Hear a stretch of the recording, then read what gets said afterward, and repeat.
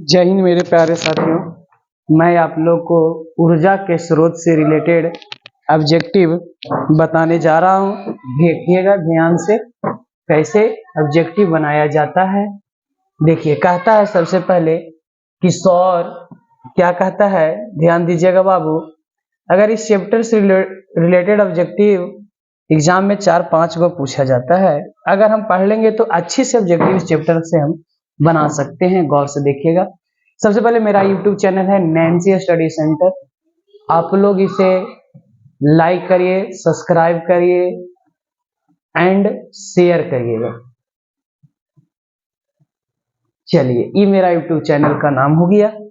कहता है कि गर्म जल प्राप्त करने के लिए हम सौर जल तापक का उपयोग किस दिन नहीं कर सकते? याद रखिएगा, बादल के दिन हम नहीं कर सकते हैं, यानी धूप वाले दिन में कर सकते हैं, गर्म वाले दिन में भी कर सकते हैं, फिर कह रहा बादल वाले दिन में तो नहीं कर सकते, क्योंकि में कौन सा ऊर्जा स्रोत सौर ऊर्जा के व्युत्पन्न नहीं है। माने निम्नलिखित में से कौन सा ऐसा ऊर्जा स्रोत है जो सौर ऊर्जा के व्युत्पन्न नहीं है, सौर ऊर्जा ओकरा से प्राप्त नहीं हो सकता? भूतापीय ऊर्जा, पवन ऊर्जा, जैव मात्रा, नाभिकीय ऊर्जा। तो एकरा से जो है, यानी सौर ऊर्जा एकरा में सबसे ज्यादा जो होता है वो भूतापीय ऊर्जा नहीं होता। निम्नलिखित में कौन सा नवीकरणीय ऊर्जा का स्रोत नहीं है? कहा जाता है, हम देखिए, कोयला है, पेट्रोलियम है, कोयला है, प्राकृतिक गैस है, यानी नहीं बोल रहा है तो राइट आंसर मेरा बायोगैस होगा।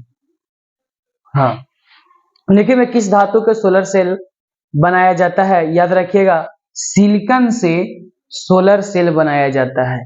चिप्स में भी सिलिकॉन धातु का प्रयोग किया जाता है, इसीलिए सिलिकॉन नामक यानी किस धातु से? तो सिलिकॉन एक उपधातु है, इसी से क्या किया जाता है, हमको इसको प्रयोग किया जाता है। मैंने निम्नलिखित में किस धातु से सोलर सेल का बना होता है? तो याद रखिएगा, इसमें से हमको क्या कहता है, सिलिकॉन दिया जाता है, सिलिकॉन नामक उपधातु का प्रयोग किया जाता है। निम्नलिखित में से उत्तम ऊर्जा का स्रोत किसे कहा गया है? यानी उत्तम ऊर्जा का स्रोत बायोगैस अर्थात मीथेन को कहा गया है। तो बायोगैस ऑप्शन नंबर राइट हो जाएगा, यानी डी हो जाएगा, जो हमको उत्तम ऊर्जा का क्या है, स्रोत है।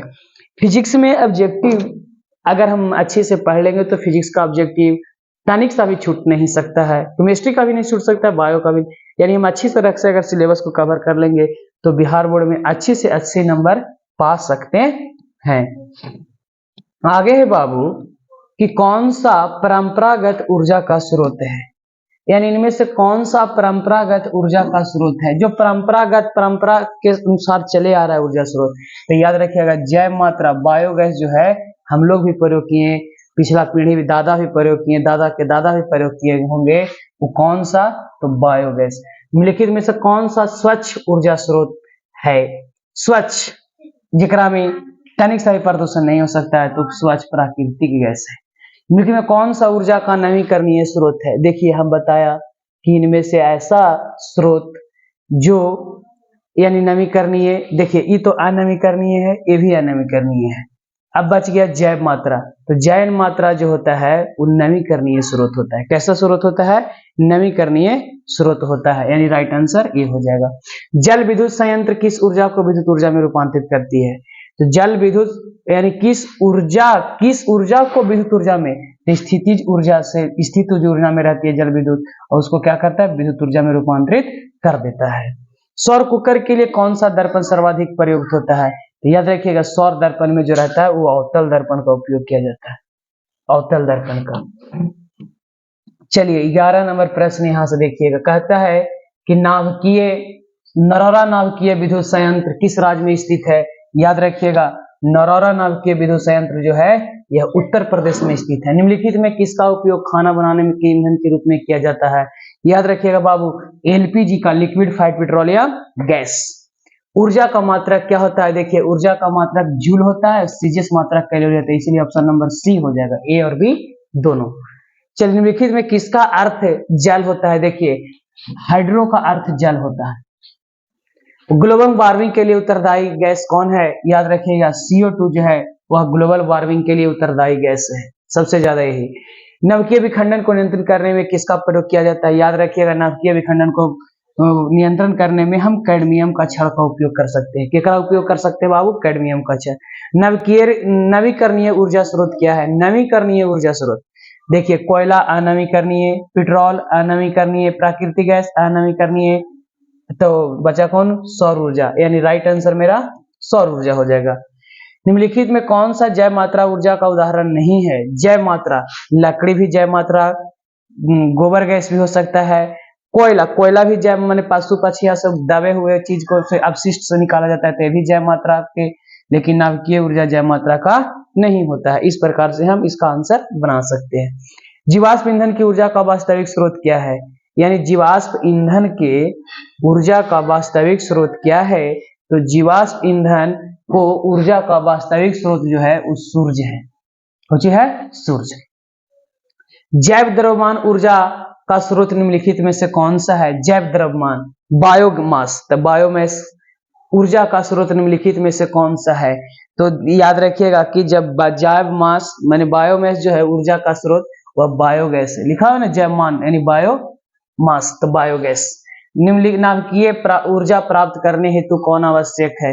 Helium, chromium, uranium, aluminium. तो यूरेनियम सबसे ज्यादा नाभिकीय ऊर्जा प्रयोग किया जाता है।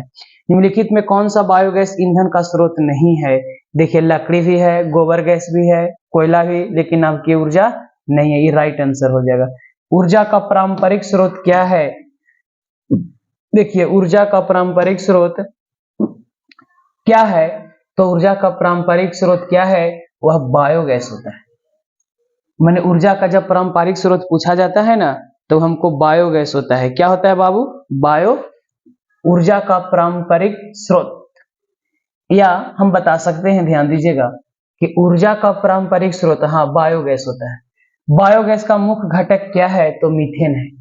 पृथ्वी के गर्भ में दबे हुए पौधे और पक्षियों का अवशेष द्वारा किस प्रकार के ईंधन बनते हैं? तो याद रखिएगा, जीवाश्म ईंधन बनते हैं। दो हल्के नाभिकों को जोड़कर एक भारी नाभिक बनने की प्रक्रिया को संलयन कहा जाता है। क्या कहा जाता है बाबू? संलयन कहा जाता है। आगे कह रहा है कि किसी भारी नाभिक को दो अपेक्षाकृत छोटे नाभिकों को टूटने की क्रिया को क्या कहा जाता है? विखंडन कहा जाता है। क्या कहा जाता है बाबू? विखंडन।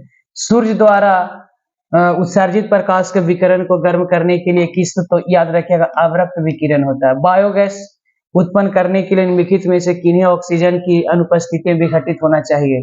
तो याद रखिएगा, गोबर को, वनस्पति पौधे को, वाहित मल जल को, इनमें सभी। तो राइट आंसर सभी। जल विद्युत स्रोत ऊर्जा का कैसा स्रोत है? तो याद रखिएगा, नवीकरणीय भी है और प्रदूषण मुक्त है, यानी डी आंसर हो जाएगा।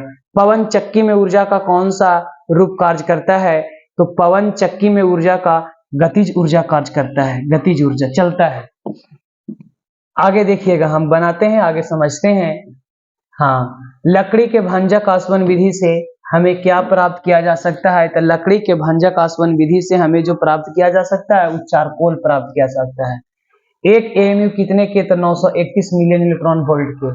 सौर ऊर्जा को सीधे विद्युत ऊर्जा में बदलने की युक्ति को क्या कहते हैं? सौर ऊर्जा को सीधे तो सोलर सेल कहते हैं उसको।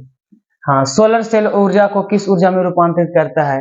तो सोलर सेल वह विद्युत ऊर्जा में रूपांतरित करता है। पवन चक्की के ऊर्जा के न्यूनतम चाल कितना होना चाहिए? तो यह 15 किलोमीटर, अधिकतम चाल 20, न्यूनतम 15। ज्वारीय ऊर्जा प्राप्त होती है किससे?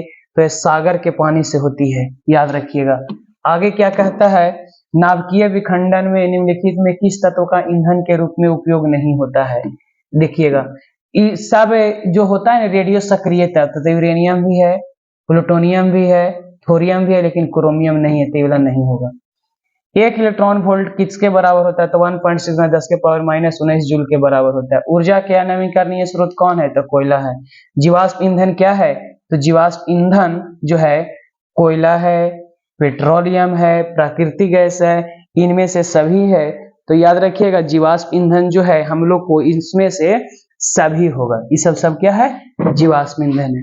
थैंक यू मेरे प्यारे छात्रों, मैं आप लोग को ऊर्जा के स्रोत से रिलेटेड वीडियो बनाया। इसको देखिएगा, लाइक करिएगा, सब्सक्राइब करिएगा एंड अपने दोस्तों में शेयर करिएगा। Thank you.